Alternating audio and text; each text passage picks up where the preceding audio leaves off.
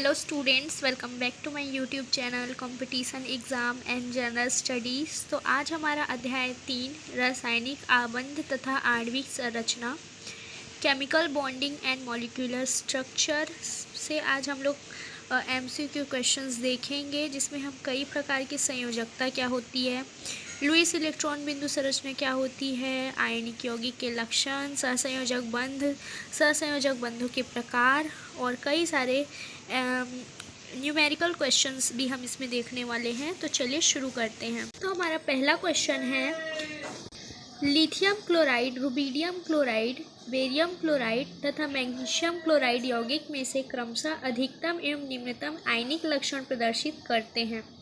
तो सी इसका आंसर है कि रुबिडियम क्लोराइड और बेरियम क्लोराइड जो है निम्नतम आयनिक लक्षण प्रदर्शित करते हैं। दूसरा क्वेश्चन, O2 में बंध बनने में कुल इलेक्ट्रॉनों की संख्या जो भाग लेती है वह है 4। CHCO, C बॉन्ड का C और C डबल बॉन्ड C की बढ़ती बंध लंबाई का सही क्रम है। तो आंसर डी है कि CH बॉन्ड छोटा होता है C डबल बॉन्ड C से, तथा इससे छोटा ये होता है, मतलब इससे बड़ा होता है CO बॉन्ड और इससे बड़ा होता है CC बॉन्ड, सिंगल बॉन्डेड।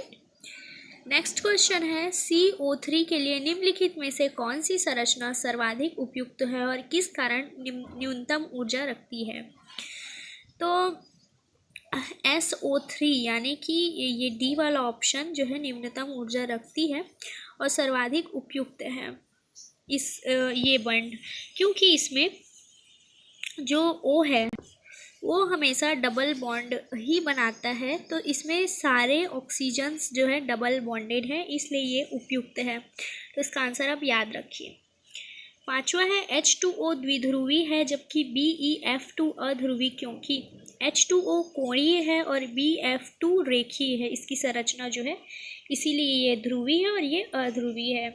निम्नलिखित स्पीसीजों में से वह जिसके केंद्रीय परमाणु के चारों ओर 3 बंधयुक्त तथा एक एकांकी युग्म हो है, तो इसकी आंसर है PCl3। निम्नलिखित में से किस यौगिक की संरचना रेखीय होती है। तो C2H2 की।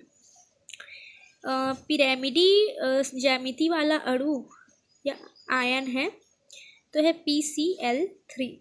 नवा है, एक यौगिक MX4 चतुष्फलकी है, इस यौगिक में बनने वाले MX कोणों की संख्या होगी, तो 6 होगी।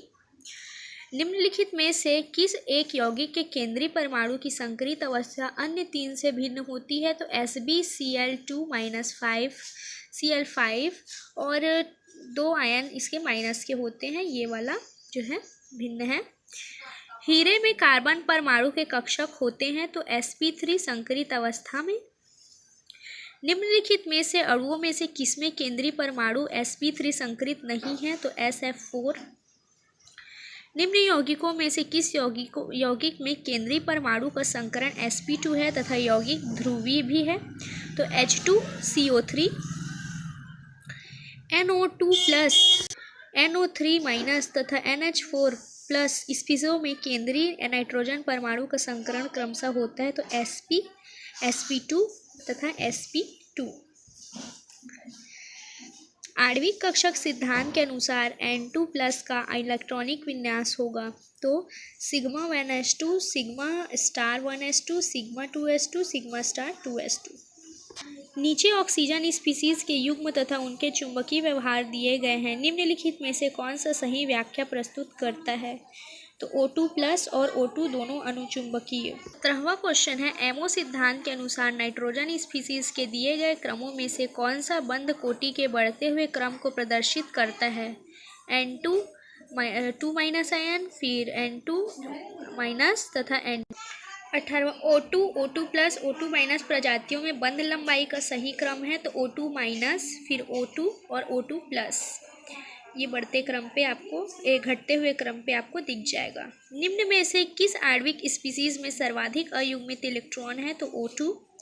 किस संकल्पना से स्पष्ट होता है कि O नाइट्रोफिनॉल P नाइट्रोफिनॉल से अधिक वाष्पशील है, यानी कि ऑर्थो नाइट्रोफिनॉल पैरानाइट्रोफिनॉल से वाष्पशील है, तो हाइड्रोजन बंध में ये दिखाई पड़ता है। अब हम उन क्वेश्चंस को देखेंगे जो विगत वर्षों से पूछे हुए हैं। तो निम्नलिखित में से किस आयनन प्रक्रम के दौरान आबंध क्रम बढ़ता है तथा चुंबकीय व्यवहार को परिवर्तित करता है, यह होता है तो NO से NO+ बनता है।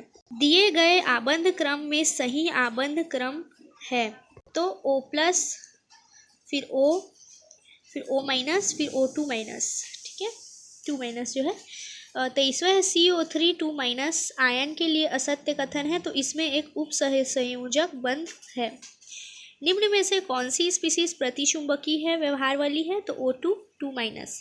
कैल्शियम कार्बाइड C8C2 में 2 कार्बन परमाणुओं के बीच बंधों के प्रकार की संख्या होती है, तो आप हमेशा याद रखें कि यदि 2 बंध है तो 1 सिग्मा और 2 पाई होगा, 2 बंध है तो। चूँकि यहाँ पे कैल्शियम भी है और C2 है, यानी कि 2 कार्बन और 1 कैल्शियम का बॉन्ड मिलाकर 1 सिग्मा और 2 पाई बंध बनेगा। यदि सिर्फ 2 बंध होता तो 1 सिग्मा और 1 पाई बंध बनता। तो अब तक के लिए इतना ही, ये चैप्टर ख़त्म हुआ। और अगर आपको वीडियो पसंद आई हो तो वीडियो को लाइक कीजिए और चैनल को सब्सक्राइब करना बिल्कुल मत भूलिएगा, और अपना प्रिपरेशन बहुत अच्छे से कीजिए क्योंकि एग्ज़ाम बहुत नज़दीक है। Thank for watching.